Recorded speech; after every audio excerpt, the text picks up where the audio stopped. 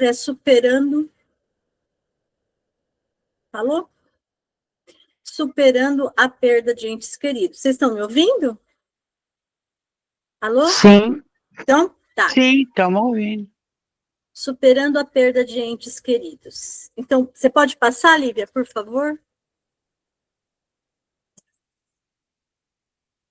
Espera aí que eu travei.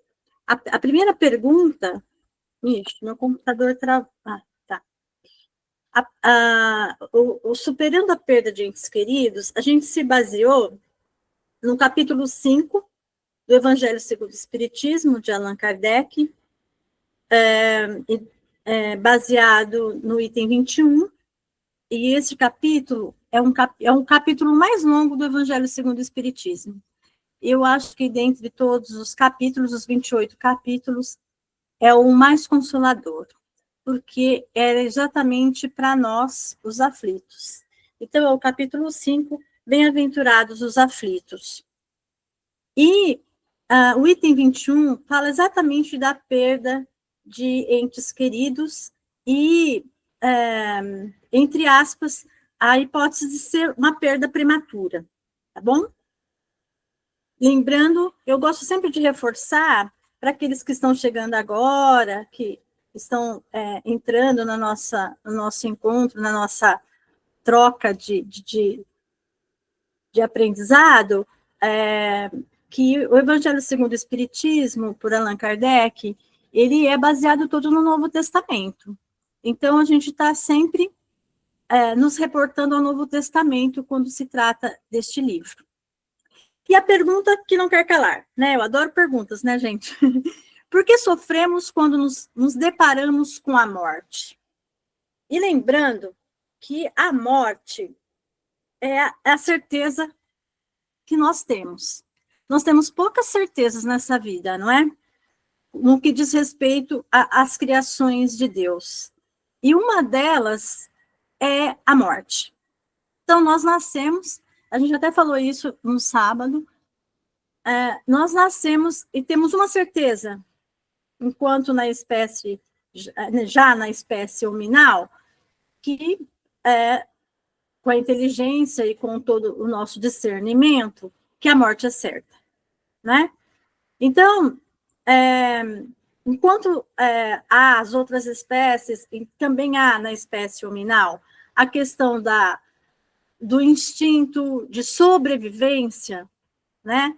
Eles são duas questões que vão se degladiar. Então, nós temos lá o instinto de sobrevivência, né, herdado pela espécie animal que nós também somos, e temos a certeza da morte. E aí eu acrescento ainda uma terceira questão, né, a falta da preparação para a morte. Nós não somos, de uma maneira geral, mesmo enquanto espíritas, muitos podem não se considerar espíritas, mas mesmo estudando o espiritismo, mesmo o espiritualismo, nós não somos educados para a morte, embora tenhamos certeza dela, né? Então, por que sofremos quando nos deparamos com a morte? Uma questão que eu gostaria que vocês levantassem em si mesmos. Quais os tipos de dores que enfrentamos diante da morte de um ente querido? Quem já não teve uma perda de um ente querido? Já perdemos muitos entes queridos, mas sempre tem aquele que a dor é maior, é mais avassaladora. Se eu for dar um exemplo, por exemplo, particular meu, a minha dor maior de perda, embora eu tenha a mamãe foi em 2022, mas não foi ela. Foi em 83, quando a minha tia-avó, que ajudou a nos criar, desencarnou. A dor foi pungente. Eu tinha 12 anos e eu achei que eu fosse enlouquecer de tanta tristeza. E eu me lembro bem, até me emociono. E eu me lembro que ela, assim, agonizando, eu dizia, já familiarizada com a morte, já familiarizada com o espiritismo, que eu ia desde os 7 anos, E eu dizia, não leva ela, né? E rezava, e me tranquei no banheiro, e orava, pedindo isso.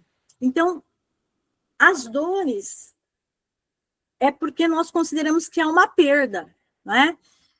Diante daquele ente querido, né? É algo assim que foge até o raciocínio, vem muito mais a emoção, uma emoção forte, que nos envolve e até deixa os nossos sentimentos e pensamentos anuviados para a lógica, para o raciocínio. Aí retornamos ao ponto em que, embora saibamos que a morte é certa, nós não estamos preparados para ela. E aí eu preparei, pode ir passando, tá ali? Li? Alô? Li? Alô? Ai, meu Deus. Estamos ouvindo. Ah, então. Tô passando, amiga, tô passando. Ela Mas já é mudou. que, às vezes, a configuração sua é diferente do meu computador e aí dá algumas coisinhas. Tá bom? Tá, Mas eu tô eu tô passando. tá, eu tô no segundo slide, tá bom? E aí eu vou entrar em quais tipos de dores enfrentamos diante da morte de um ente querido, tá bom? Então, essas dores, elas virão, aí você pode ir clicando aos pouquinhos, tá ali. Então, eu não sei qual vai entrar primeiro. Aliás, pode clicar tudo que aí a gente vai falando. Por exemplo, quando estamos anuviados nos nossos sentimentos e raciocínios, e aí é pura emoção, nós vamos ter a certeza de que vamos sentir saudades, né?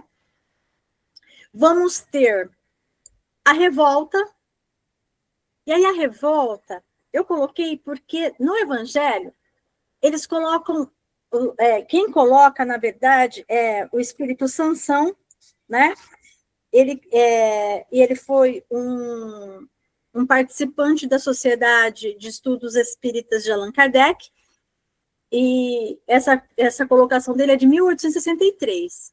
Então, ele coloca que a revolta vem porque a gente, outra vez, nos reportamos ao sábado, porque muitas vezes a gente questiona por que um pai vai antes do filho?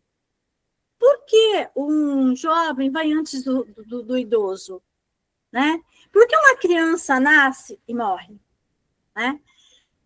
Então, há uma revolta neste sentido. Né?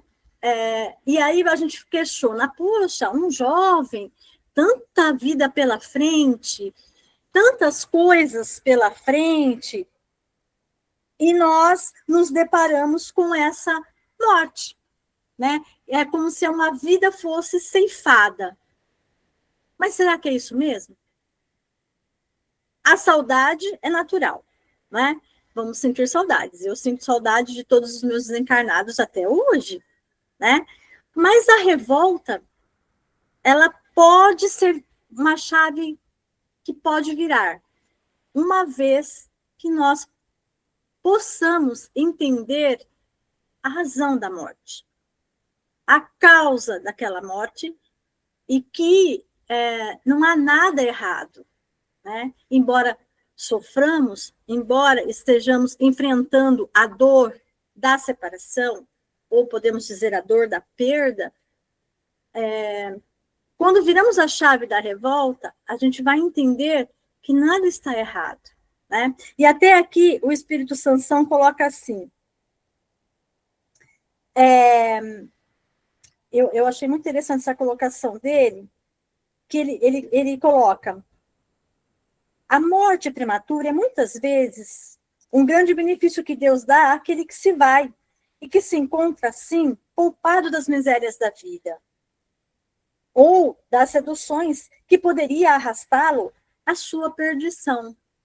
Então, às vezes, aquele que desencarna não precisa mais estar neste processo evolutivo ao qual nós estamos, na condição de encarnados, né? Ele pode avançar em outras esferas, em outras experiências que não a do corpo. Veja bem como isso é interessante, nos coloca aqui o Espírito Sansão. Mas quando a gente se sente revoltado, será que estamos pensando no ente querido? Ou estamos pensando em nós? Né? Quanto mais recente essa perda, é claro que mais isso vai estar inflamado. Sabe quando a gente bate, ou machuca, ou arranha, rapidamente o corpo reage com um processo inflamatório, até porque feriu, né?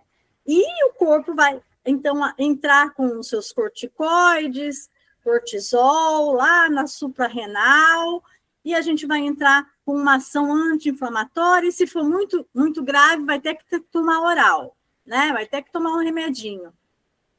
Então, esta reação, quanto mais recente, mais dolorosa. Então, ainda a gente vai estar aí na saudade e na revolta, e essa chave da revolta ainda não virou para o entendimento de que a morte tem os seus dois lados. Não é só de quem perdeu, mas é de quem se foi.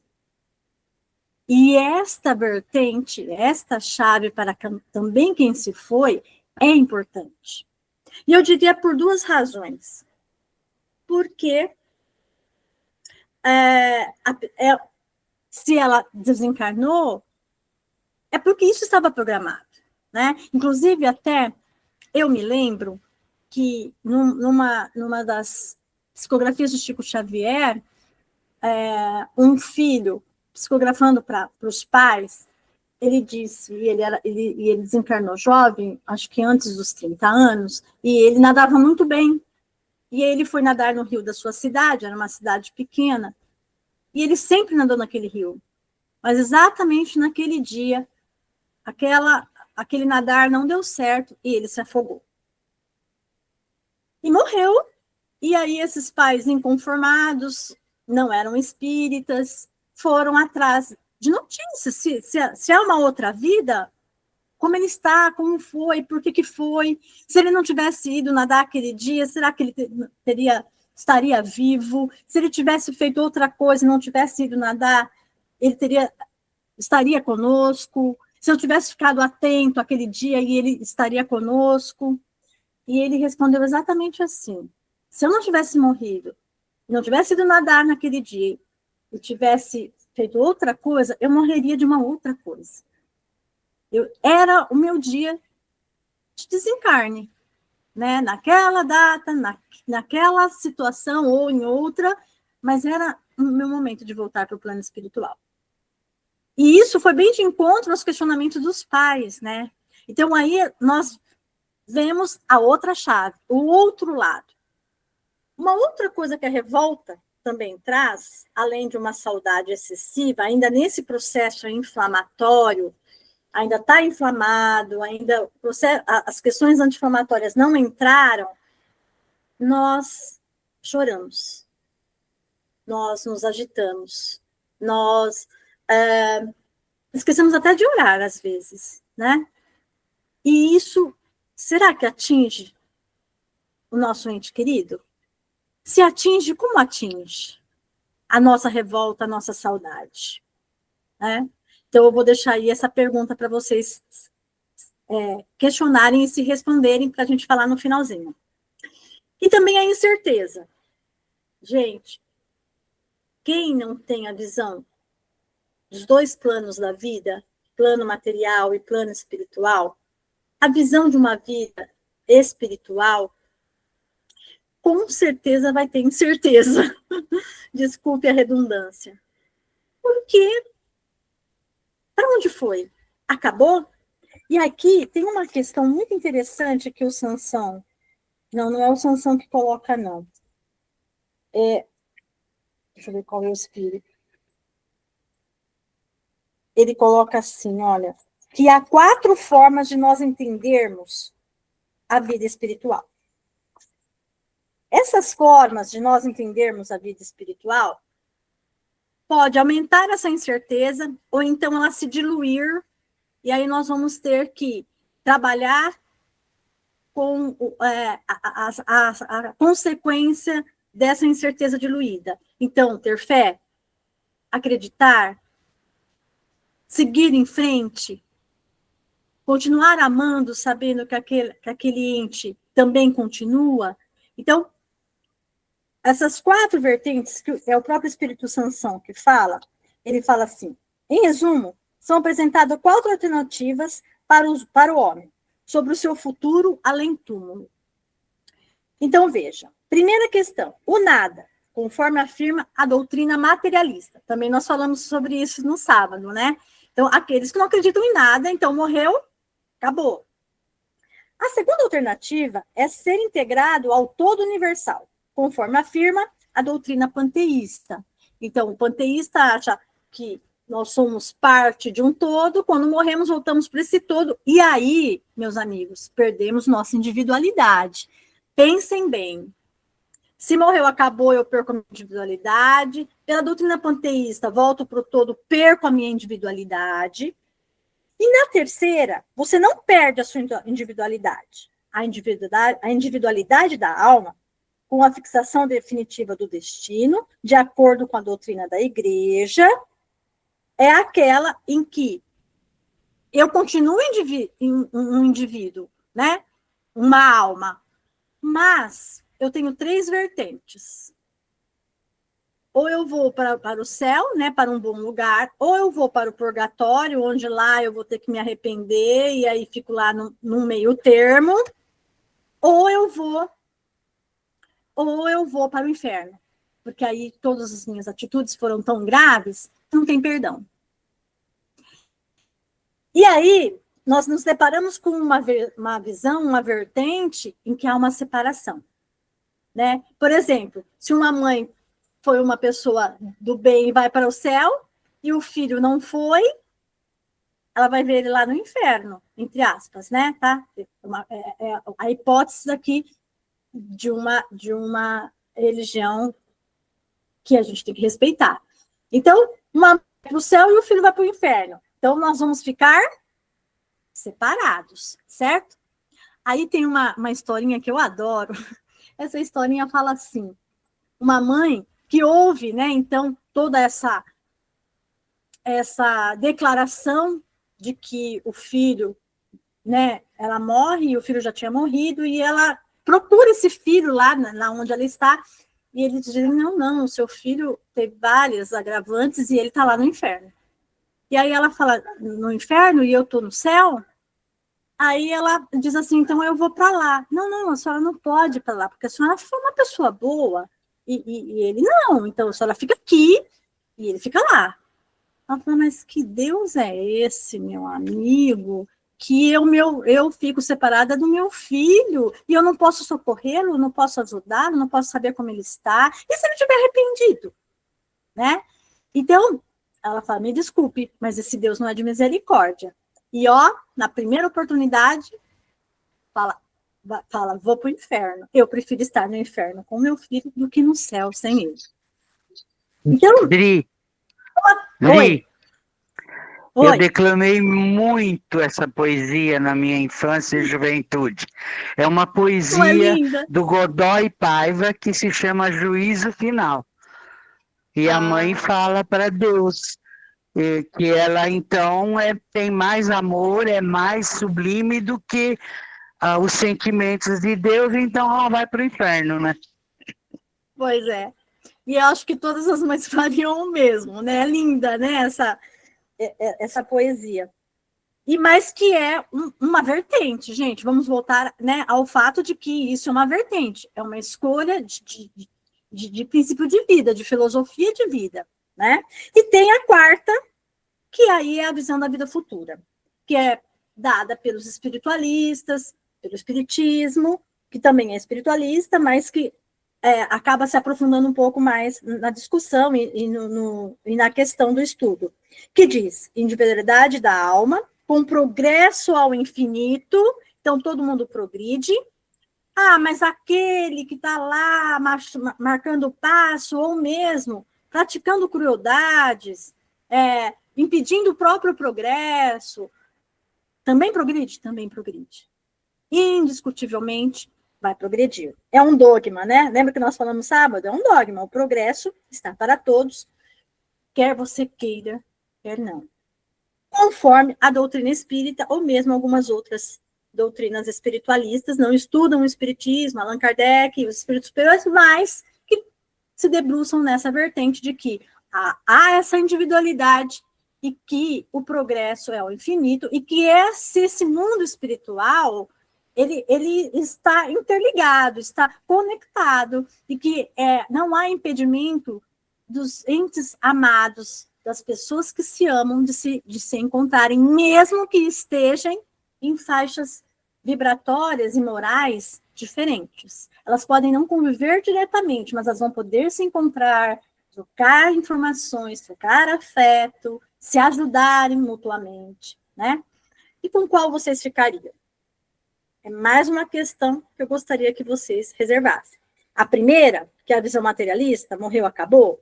A segunda, que é a visão panteísta, que a gente volta para o todo e perde a individualidade, nunca mais vou ver aquele ente querido, aquela carinha gostosa. E a terceira, que é a individualidade da alma, sim, mas que se nós tivermos em processos evolutivos diferentes, em respostas às nossas ações diferentes, uma pode ficar no céu e a outra pode ficar lá no inferno. E aí não vão se conectar, não vão poder se ver. Ou ainda a quarta, que é essa individualidade da alma, em que há o progresso ao infinito, e que nós vamos estar sempre podendo fazer a troca e uns ajudar os outros, né? Até, mesmo que um esteja encarnado e o outro desencarnado, vão poder se ajudar. Olha só que lindo, né? Essa visão de futuro, essa visão de vida futura. Eu estou encarnada, mas a minha irmã, a minha tia-avó, que morreram há 50 anos, não me ajudam? Claro que me ajudam, né? E a gente tem esse estreitamento. E quando eu durmo, e aí a libertação do espírito enquanto o corpo descansa, eu não vou vê-las? Claro que vou, né? Então, esses dois grandes amores da minha vida, é claro que vai estar sempre conectada comigo. E eu com elas, efetivamente, dentro das possibilidades, entre as duas dimensões, mundo material e mundo espiritual. Então, a incerteza paira nesse sentido. Para onde foi aquele ente querido? Para onde foi aquela carinha linda que eu vou amar para sempre? Né? Antes de falar da tristeza, eu vou falar do inconformismo. Diante disso tudo, eu me sinto absolutamente inconformado com a situação morte. Né? E mais ainda durante esse processo inflamatório, logo após. Né? E, gente, eu vou dizer para vocês que esse logo após pode durar muito tempo. Né? Eu conheço pessoas que esse logo após tem anos, né? Não desfez da roupa, né? Chora ainda, lamenta, pensa que poderia ser diferente, se culpa, né? Culpa a Deus, né? Lembra que nós falamos no sábado também? Eu não vou culpar o outro, né? Eu vou culpar Deus, eu não vou me culpar, eu vou culpar Deus, né? Então, culpa a Deus, ou se culpa, se sente que poderia ter agido de uma outra maneira, também há uma alta culpa. Então, esse inconformismo, essa incerteza, essa revolta que ainda não virou a chave, e esta saudade incondicional daquele ente querido, vai gerar tristeza. Né? E talvez um agravante, porque a tristeza, se a gente for ver por definição, é um estado melancólico por algum tempo. Né? E isso é normal. É normal ficarmos tristes. Mas perdurar essa tristeza por um tempo longo, e aí diz a ciência, mais de 3 meses, a gente pode entrar numa depressão. Né? Que aí é um caminho mais difícil de volta. Porque aí altera enzimas cerebrais, neurotransmissores cerebrais, né? E aí nós vamos ter que entrar num processo de tratamento. Veja quão grave é, né? Então, os tipos de dores que enfrentamos está diretamente relacionado com o nosso grau de aceitação, de entendimento da vida material e da vida espiritual, né? Não, veja bem que não está relacionada ao tanto de amor que eu sinto por aquele ente querido, né? Porque a saudade e o querer bem vai sempre nos remeter a esse ente querido, né? Seja qual for a intensidade da relação que existia, né? Agora, o conhecimento da vida futura faz diferença, né? E nós vamos ver por que faz diferença. E tem mais uma questão que eu gostaria de que vocês, a gente discutisse um pouquinho no final, cada um pode falar um pouquinho, sobre a questão do quanto isso interfere no outro. Então, nós estamos falando de nós, né? Mas e o outro? Como fica com isso tudo? Como fica com essa saudade excessiva, com essa revolta, com essa incerteza nossa, com esse inconformismo nosso, e principalmente com a tristeza nossa? Como fica esse ente querido lá na espiritualidade, partindo então do princípio que eu vou ficar com a quarta opção, né? Então, individualidade da alma, progresso e o mundo espiritual, para onde esse ente querido foi e de onde todos nós viemos, né? O mundo original. Próximo slide, o terceiro, amiga. Você pode apertar uma vez, que aí vai entrar. Há formas de superar essas perdas? Aí você pode clicar mais uma ali e vai sair. Quais? Há formas da gente superar isso tudo? Ou mesmo superar e não entrar... Não vai entrar, amiga. Não entrou? Mas esse slide, esse terceiro slide fala assim: há formas de superar essas perdas? Quais? Aí pode pôr o quarto, Li. Aí pode clicar 4 vezes que vai aparecer todas as possibilidades. Deixa eu ver a hora, né, Li? Como eu falo. Entrou ali o quarto slide? Entrou, mas ele não abre as possibilidades. O meu computador é diferente e a formatação não abre. Tá. Então, mas esse quarto slide, ele está dizendo assim: justiça divina. Como eu posso superar essa dor? A justiça divina é uma opção. O conhecimento da vida futura é outro. A humildade é outra. E eu deixei por último a resignação. Vocês acham que são 4 vertentes? Pode existir várias, tá, gente? Eu me detive nessas 4, tá? Justiça divina, conhecimento da vida futura, a resignação, que aí eu pus até a resignação como algo ainda muito, muito valioso para nós. E aí, junto com a resignação, a humildade. Aí eu vou falar um pouquinho de cada uma para a gente poder abrir para a conversa, tá? A justiça divina, porque temos fé. Lembra que nós falamos no sábado? Se eu tenho fé, eu vou ter esperança, né? A espera, com fé, a esperança de que tá tudo certo. É doloroso dizer isso, mas tá tudo certo. Ele tem que estar lá, ou eles têm que estar lá, e nós temos que estar aqui. Processos evolutivos diferentes em mundos diferentes. Mundo material versus mundo espiritual. Aí vocês podem dizer assim, mas por que eu quero ele aqui? Né? Eu queria minha tia ali, ela era meu porto seguro, ainda é, né? Mas só tinha 12 anos, porque tinha que ser assim.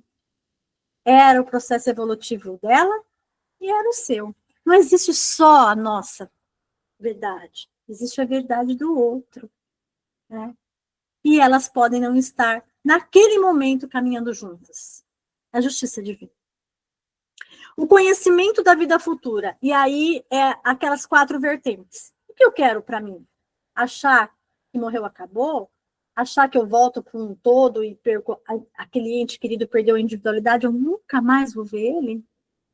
ou ainda posso encontrar com ele, mas ele pode estar lá no inferno e eu no céu, ou eu lá no inferno e ele no céu, né? Ou ainda acreditar nessa vida futura em que há progresso para todos, embora nós estejamos em caminhadas diferentes, a gente vai poder se conectar sempre que possível, né?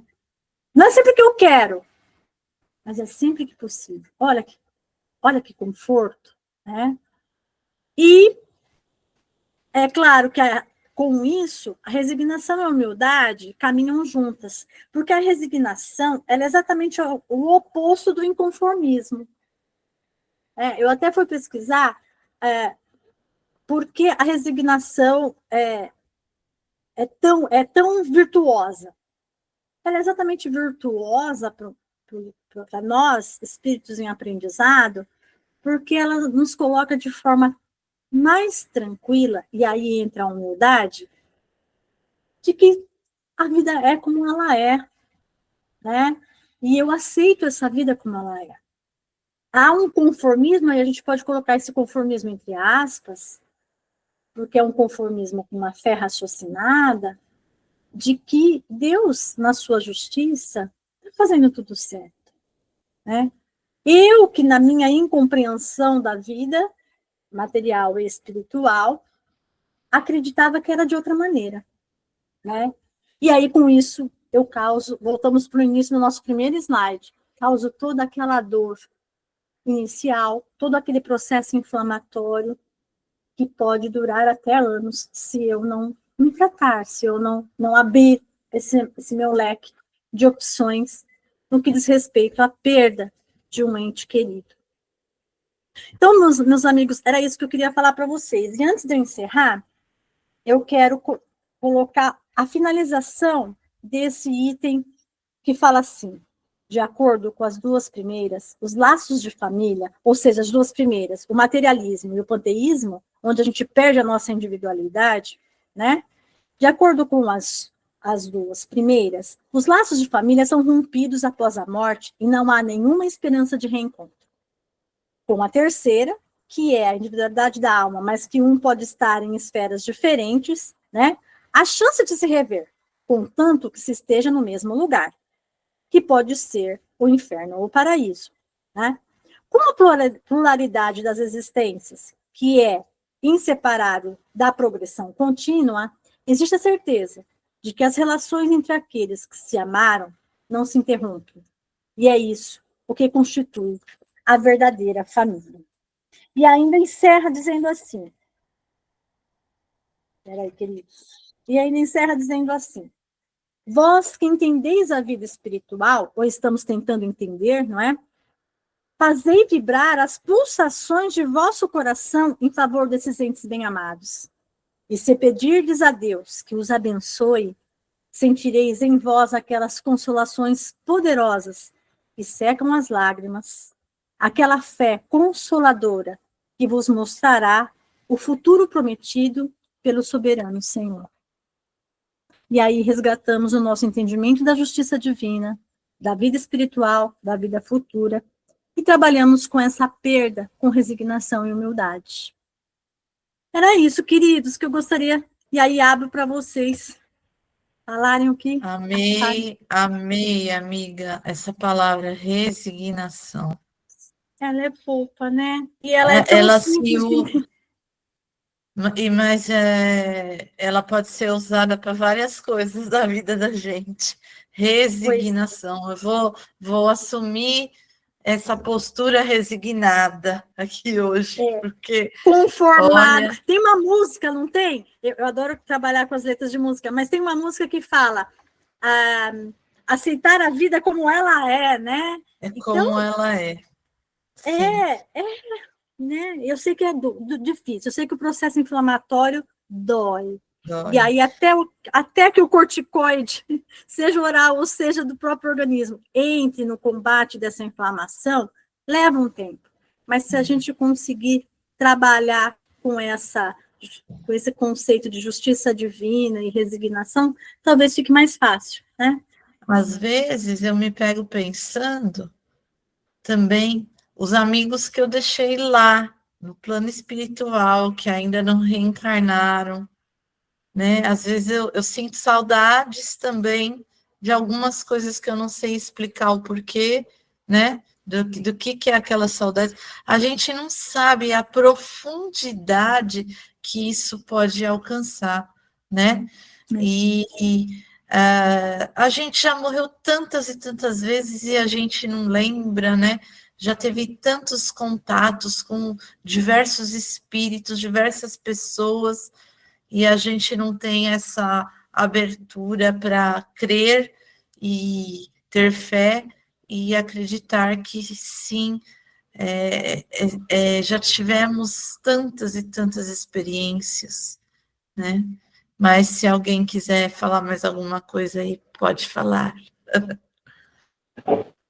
Fih, vamos lá, eu de novo, né? Eu entro e saio, desculpa aí, pessoal.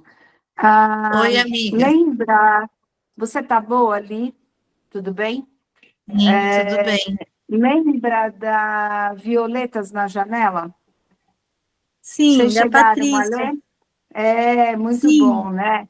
E o filho voltou para falar para a mãe que não chorasse por ele, porque ele sentia aquilo e aquilo prejudicava muito ele em relação ao progresso do espírito que ele precisava progredir.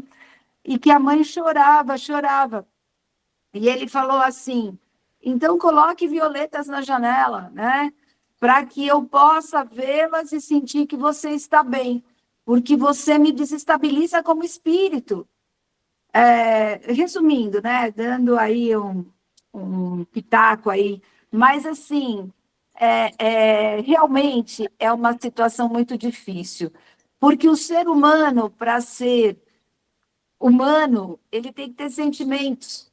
E o espírito traz sentimentos. Então, o sentimento de perda de alguém querido faz parte da nossa evolução. Não adianta a gente querer ser tão forte, porque por mais que você entenda o espiritismo, faz falta. Aquela pessoa que te dava apoio, aquela pessoa que te dava o carinho, faz falta. Seja mãe, seja tio, que nem a da Adri, mas seja aquela pessoa que sempre te apoiou, que sempre esteve ali. Então, assim, eu sinto muita falta do meu avô, foi meu pai, basicamente. Mas, quando ele se foi, ele nos ensinou que não era para chorar. Ele fez um cartão para nós e deixou para todos nós dentro da gavetinha dele. O meu avô, ele deixou o dinheiro do enterro, o dinheiro do velório e deixou o cartão escrito para nós: hei de vencer. Para cada neto, para as duas filhas, e eu falo que ele nos ensinou a não chorar pela perda. E isso foi extremamente importante, porque ele nos fez muita falta. Então, a gente é espírita, mas a gente é humano. Somos de carne e osso e temos todos os sentimentos do mundo, da raiva ao questionamento da perda. E temos o direito ainda, como humanos, de sentir isso. Aquele que não sente, ou está fora do prumo, ou é a pessoa mais dura da face da Terra, porque as pessoas que se foram extremamente essenciais para nosso desenvolvimento também. Mas aprender como lidar com isso é fundamental. É isso para falar por hoje. Isso mesmo. Dizem aí, né, alguns estudiosos que a gente passa por um processo do luto, né? Que são essas fases aí que a Adriane falou, da revolta, depois da tristeza, depois até que você consiga compreender um pouco mais.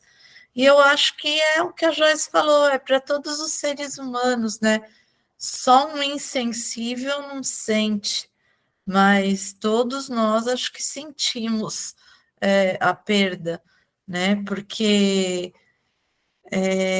talvez por um pouco de egoísmo também, né? Mas a gente sente a fala da vontade da comida, né? A minha avó, a gente fala toda hora, não conseguimos fazer mais o cuscuz que a minha avó fazia, a minha tia aprendeu o arroz doce, a outra minha tia aprendeu o cuscuz, porque a sopa de feijão com verduras, com legumes, eu posso fazer 500 vezes, mas não fica com o gosto da sopa da minha avó.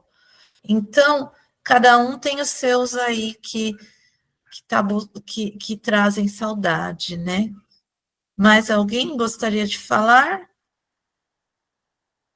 Não? Então, vamos lá, gente. Vamos para a nossa segunda fase.